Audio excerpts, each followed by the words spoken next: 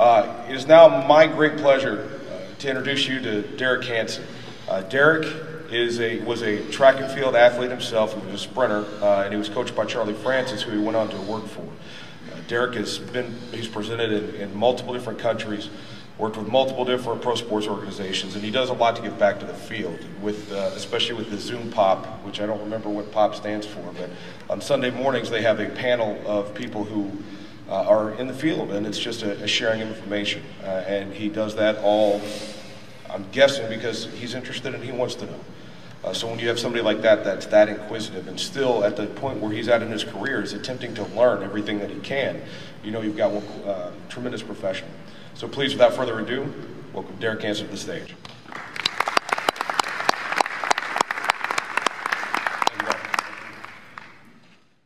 Okay, thank you very much. It's a big room. You're all spread out. Who says strength coaches aren't social animals?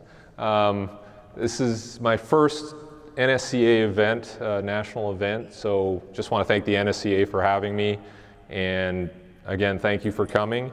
Hopefully what I present is applicable and practical, and that's what I'm always striving for. Stride frequency is interesting for me because I focus on frequency a lot. Stride frequency in terms of how I set people up for training, how I set people up for rehab. You'll see that people basically hit their max stride frequency and kind of keep it. It doesn't change. So when you're watching somebody, when you're screening somebody, if you're seeing changes in frequency, if they're going slow to fast, not good. If they're going really quick and then they lengthen out, slow down, that's not good either. You want to see an even rhythm. And people say, well, what's optimal? Like this is for the high end, right? And I say everybody's going to have a natural frequency, and you as a coach should be able to figure that out and go, okay, that looks right for you. And intuitively, I think we know. I think we know when we see somebody sprint, you're like, oh, that looks bad, right? Or, oh, that looks really good. And I think we're just wired that way. So it's usually going to be 3.5 to 5 strides per second, depending on the athlete or the age. But my 5-year-old can turn over at 4.5 strides per second. But what's the difference? Her strides are like this big. So there is an intuitive frequency that we perform optimally at. So keep that in mind when you're watching people. Stride length is what is going to change. And stride length is increasing. Why? Because people are reaching out in front and trying to get bigger strides? No, it's about how much force they put into the ground and how they vault themselves to the next stride. It's plyometric, remember? Put force into the ground. You should go a little farther as you build on it. Okay, so keep that in mind. This is why I like certain plyos bounding. I find it very useful and very compatible to what's happening in acceleration. Okay, and if somebody isn't increasing their stride length, and it's very hard to measure. It's probably one of the harder things to measure.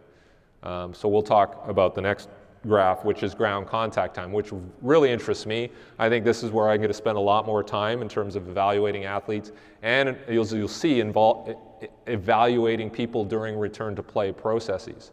Okay, so first push off the blocks, almost 0.4 of a second, right? And that's when you see somebody push off the blocks, that's why you see the arm extending back like that, because they're pushing on the block longer. So the upper body represents what's happening with the lower body. And then they get front side with both arms and legs, and you see the ground contact times get close to 0.1 of a second very quickly. As we talk about that 6 strides out, you're getting 70% of max speed, you're getting very close to your lowest ground contact time, close to 0.1 of a second. So this is something you can measure with your phone, with your iPhone, because I can have 120 frames per second, and then I can just count the frames, and I can get up to a hundredth of a second accuracy on my ground contact times with my phone, which is interesting.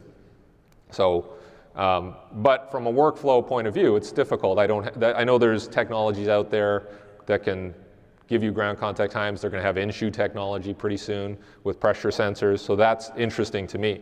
The ground contact time thing to me is important for everything, and I want to see more research on direction change and different types of activities. Because what is ground contact time telling us? It's telling us that how we're managing gravity, right? Everything we do with movement is influenced by gravity. So we have to understand that. You know, projectiles are influenced by gravity, how you throw, how you deliver a throw. And it's the same with sprinting, how you set up your ground contact, how you set up your hips, your posture, right? So gravity wants to bring us down, so we have to oppose that.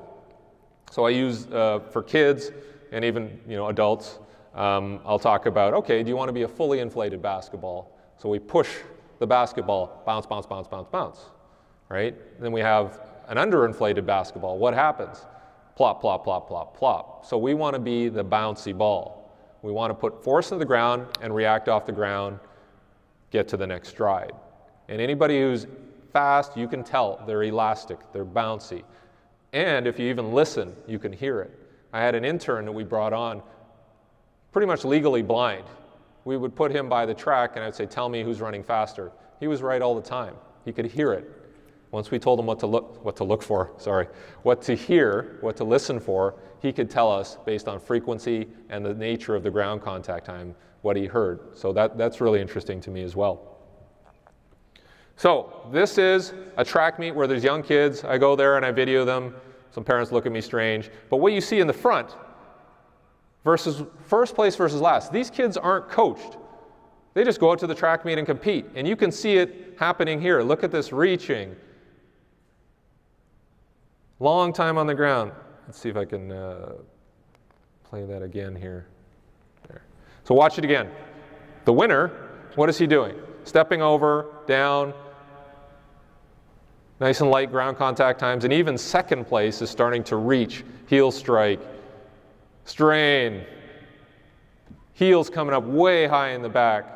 So what we have here is natural selection at its finest. You go to a track meet with kids who haven't been coached, the result's going to be what the result's going to be, based on what elastic qualities that athlete has, what force delivery, right, strength to weight ratio, and it plays out. So we want to have athletes look like the person in first. That's coachable. They hadn't received that coaching, so we kind of see what happened. Okay, so hamstring return to play. Most injuries occur during sprinting and running, hamstring injuries. Often characterized as a strength issue. You're not strong enough, that's why you pulled your hamstring. Running biomechanics typically is an afterthought. It's like, oh, it's your hips, there's an imbalance, there's this or that. Did you look at the running before the person was injured? Right, so how do we look at them? How do we assess them? Acceleration is a safe means of providing specific strengthening for bringing people back, but also the injury prevention side, and I'll show you why. It improves qualities required for seamless return to play, and it has strength qualities, it has plyometric qualities, it has the velocity and the stride frequency, right? There's a study in 2014 that showed that when they looked at unhealthy hamstrings, there was a lot of symmetry in terms of how the hamstrings fired. And what you want is you want a high level of intramuscular dissociation. So there's a sequence of how the hamstrings fire. So if you're just doing weight room activities and Nordic curls, it doesn't happen at the velocity when you run, and it doesn't happen in the same sequence. So running has to be part of that return to play education, motor education, right? So it should be, like it says here, semitendinosus has a prominent role in producing and controlling the torques around the hip and knee. But when that's not firing properly, you're going to get the injury in the biceps femoris. So teach them how to run.